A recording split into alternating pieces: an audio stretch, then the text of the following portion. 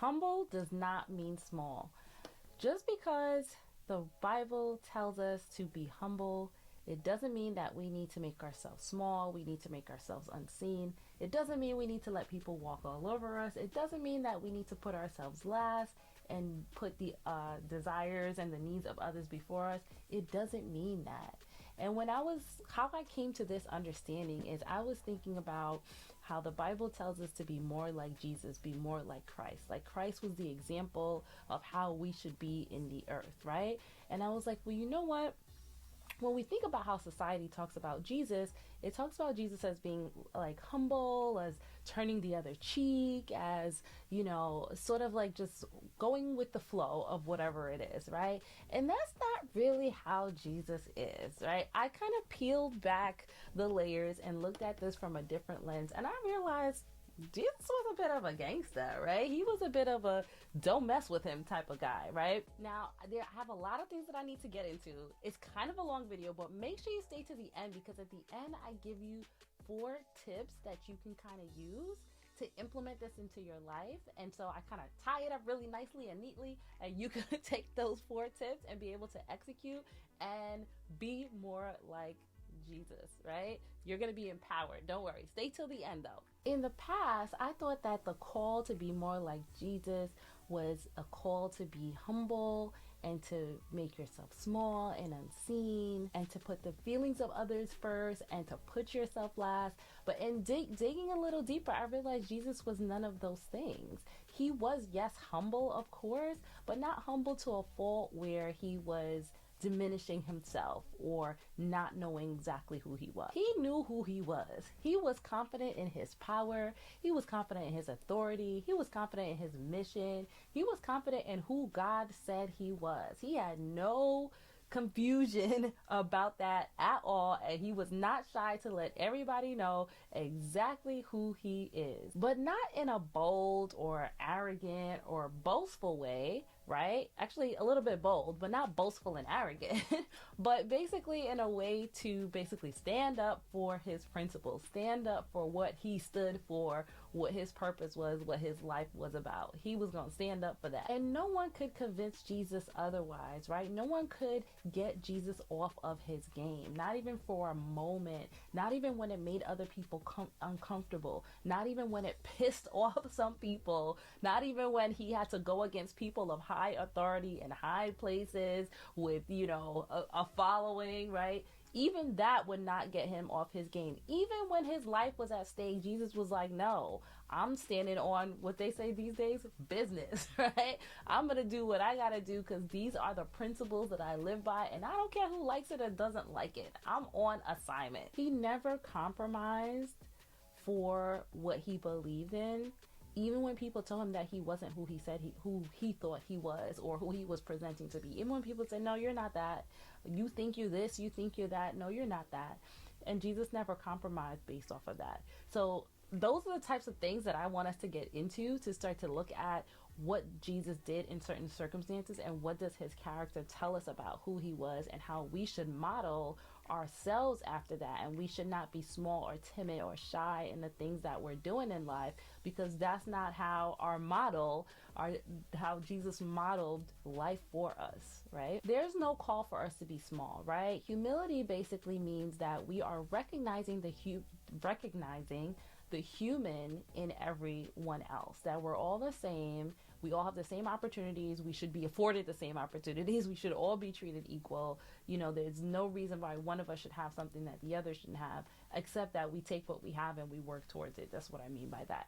And so humility means that we should not be necessarily comparing ourselves to other people, because we're all given a certain measure of whatever we're made up of, and we should respect that within each other. It doesn't mean that you have to discount who you are versus what other people are because of based off of their accomplishments or where they are in life. Do not discount who you are. Your opinion and your thoughts and your desires are just as important as anyone else's, and there's no reason to put yourself on the back burner or to not value what you have to bring to life as well. And being humble also means that we are open to examine whether we can learn something new from one another. We're open to, better ourselves. We're open to self-improvement. We're open to be teachable.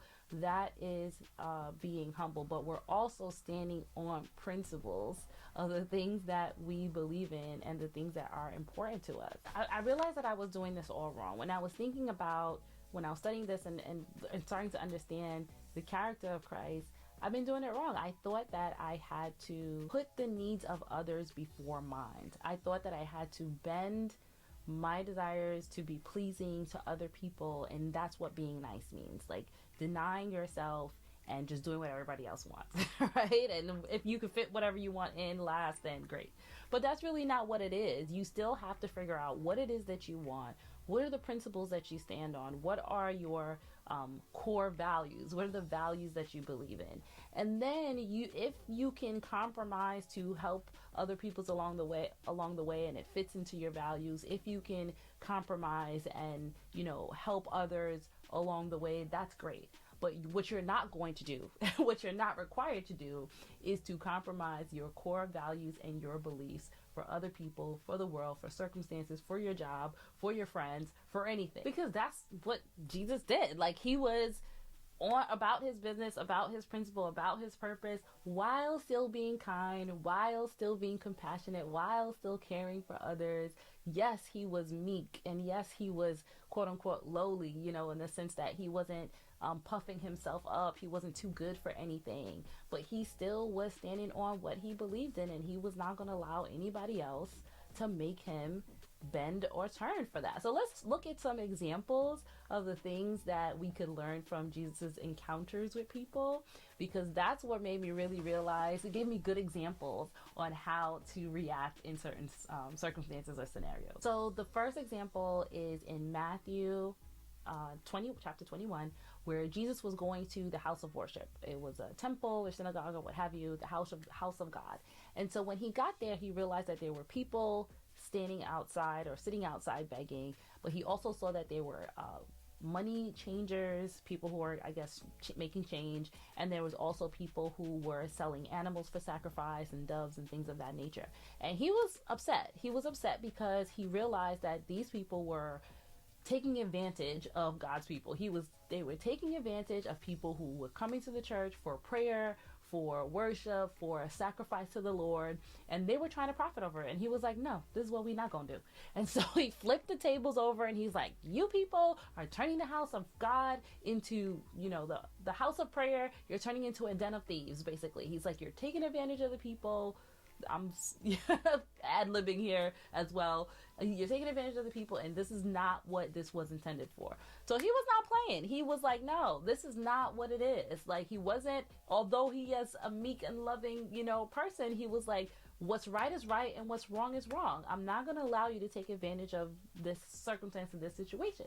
So that just goes to show you that, yes, while you are humble, doesn't mean that you have to let people take advantage of you. It doesn't mean you have to stand by and watch things going on that are not right. If you feel that it's wrong, whether it be to you, a loved one, a circumstance, a job, or whatever the case is, you can stand up and speak up and say, listen, this is not right. What's right is right and what's wrong is wrong. And that doesn't make you somebody who's not humble, right? That is within the character of Christ. So the second example of Jesus's character is in Matthew chapter 4, where he went into the wilderness to fast and pray for 40 days and 40 nights. So, he was fasting, so he was hungry, okay? If it were me, I'd be hangry. So I'm going to say he was probably hangry since he was human at the time. And so he was there to do his thing, right? He was devoting his time to God. And of course, when you go to devote your time to God, when you try to get into your word, and you try to get into the spirit and let the spirit move you, that's when the enemy wants to come and start to tempt you, right? And so Jesus, the Satan had said to Jesus, right?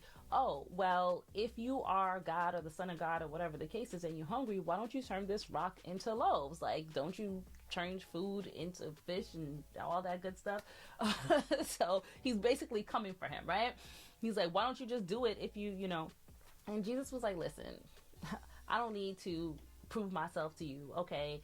I do not live by food alone. I live by the word of God.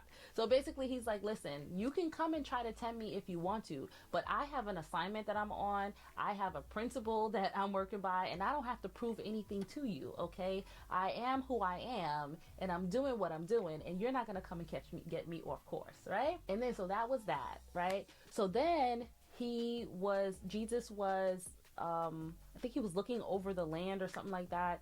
And Satan said to him, listen, you could just jump, right? Why don't you just jump and see if the angels are going to catch you? I'm pretty sure the angels are not going to let you fall and hurt yourself. You're the son of God after all, right?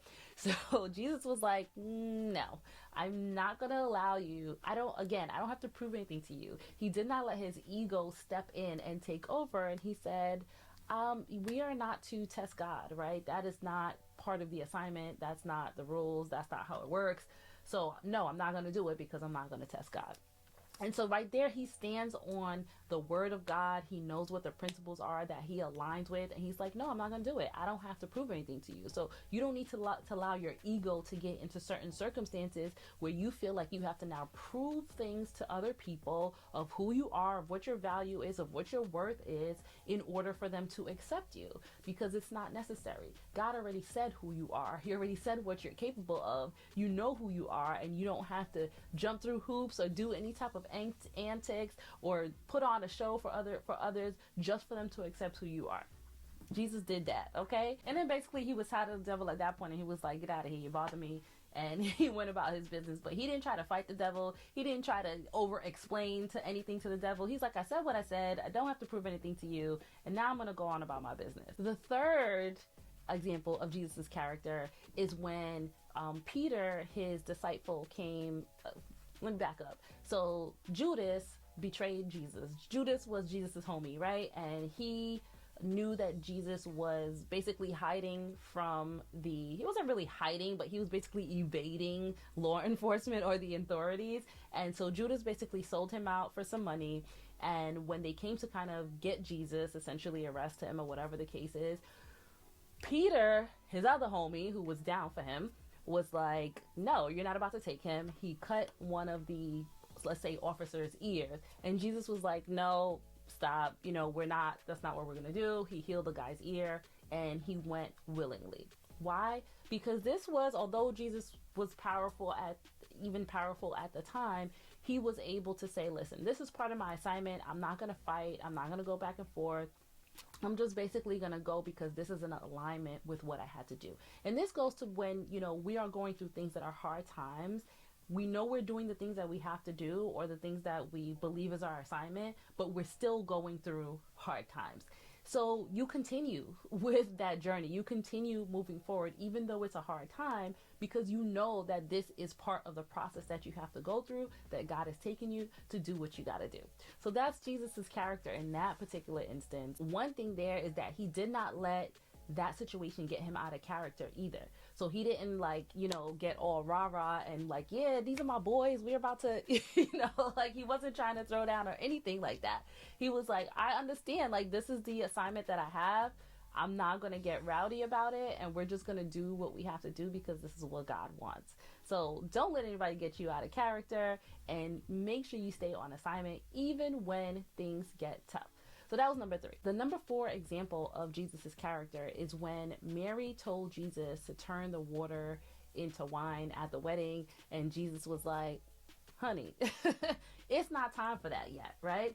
And so we hear that story all the time, but we don't focus on the fact that Jesus was like, listen, do not rush the process, right? There is a process to this. I know it wasn't that he was saying no, he's not going to do it. He was just saying it's not time yet. So he was really strategic in walking out the instructions that God gave him. And he was like, listen, I'm going to do everything in the order that it has to be done. And I'm going to do it in the time that it has to be done. And nobody's going to rush my process. Not my friends, not my mama, not anybody is going to, all these people at this wedding. I don't care what they're going to say. Well, isn't he Jesus? Can't he just do it? It doesn't matter. I am on assignment. I'm not rushing the process. So you can come for me if you want to come for me, but it's not time yet, okay? And I love that because it shows us that, it doesn't matter if everybody else is Speedy Gonzalez. It doesn't matter if everybody's trying to run before they crawl. You can take your time and do the things that you need to do in the order that you need to do it, and you will still arrive at your destination on time, right? Because he wasn't late for nothing, right? He was still on his assignment in the timing that it needed to have, and still got to his destination when he needed to get there. That's on Jesus. All right, so the number 5 example, or the 5th example, I always do that. The 5th example of the character of Jesus, I'm going to read you Matthew 23. It's kind of long, but when I tell you Jesus stepped up on the scene and was telling every one of them about themselves, he was talking to the religious leaders who weren't exactly doing what they needed to do, and he was invited to the synagogue. I don't know if he was invited, but he was there speaking at the synagogue or the temple. And he was talking to the congregation, and he was reading these people, and I was like, listen, I need to read this to you guys because you need to really get it in order for you to understand the impact. I'm gonna read it how I heard it, so let me just have my moment. So here it goes. Matthew 23. The teachers of religious law and the Pharisees are the official interpreters of the law of Moses. So practice and obey whatever they tell you, but don't follow their example, for they don't practice what they teach. They crush people with unbearable religious demands and never lift a finger to ease the burden. Everything they do is for show. On their arms, they wear extra wide prayer boxes with scripture verses inside, and they wear robes with extra long tassels. And they love to sit at the head of the banquet tables and the seats of honor in the synagogues. They love to receive respectful greetings as they walk in the marketplaces and be called rabbi. Don't let anybody call you rabbi, for you have only one teacher, and all of you are equal as brothers and sisters.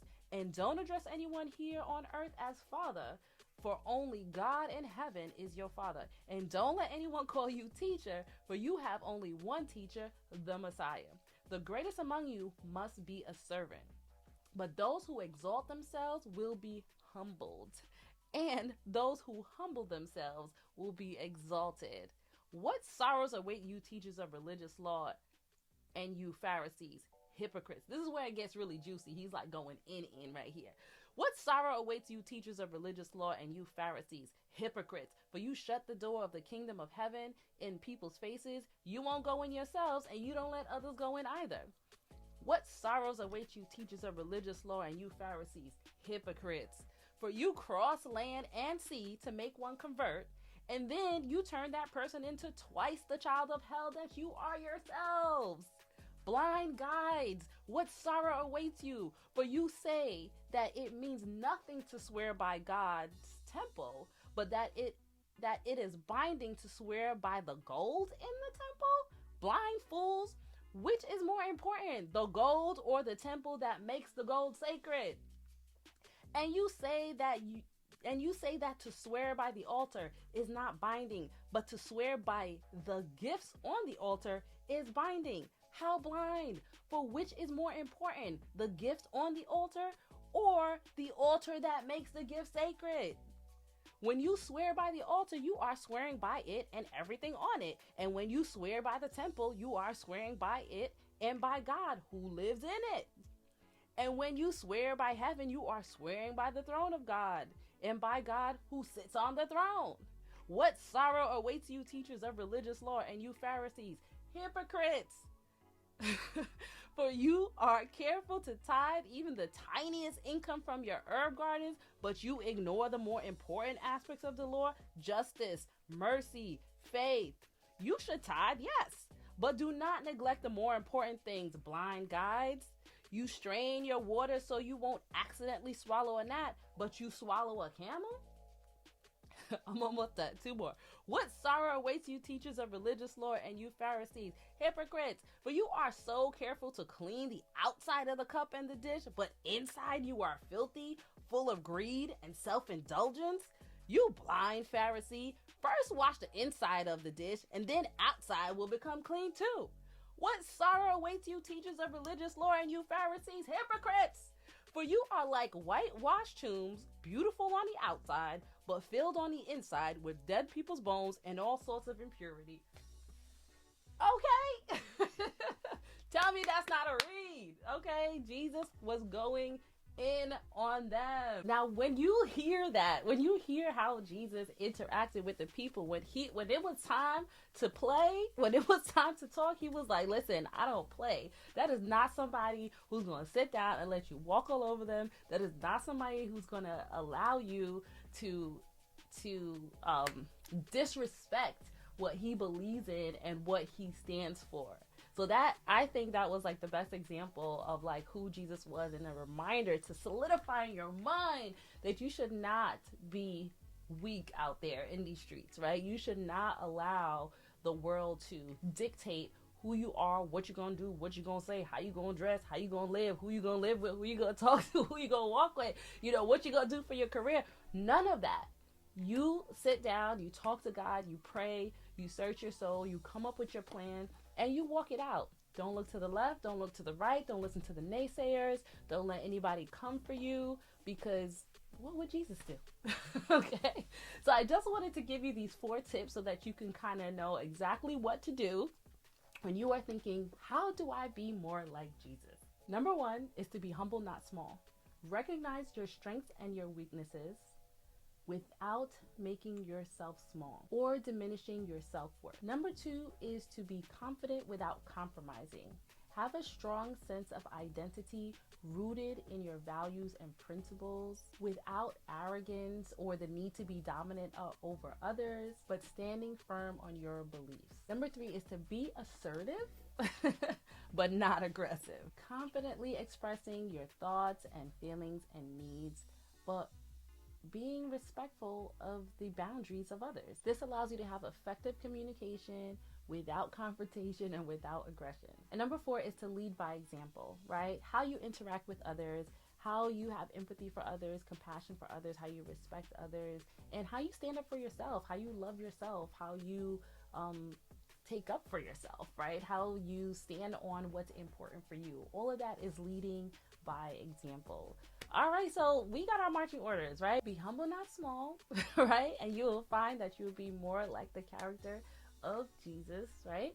And leave a comment down below. Let me know, has this allowed you or helped you in being more assertive in your life? Has this been empowering to you? Please let me know. It's helpful for me to know if I'm on the right track with these videos. I'm so grateful that you're here. Love you, bless you, and I'll see you next time.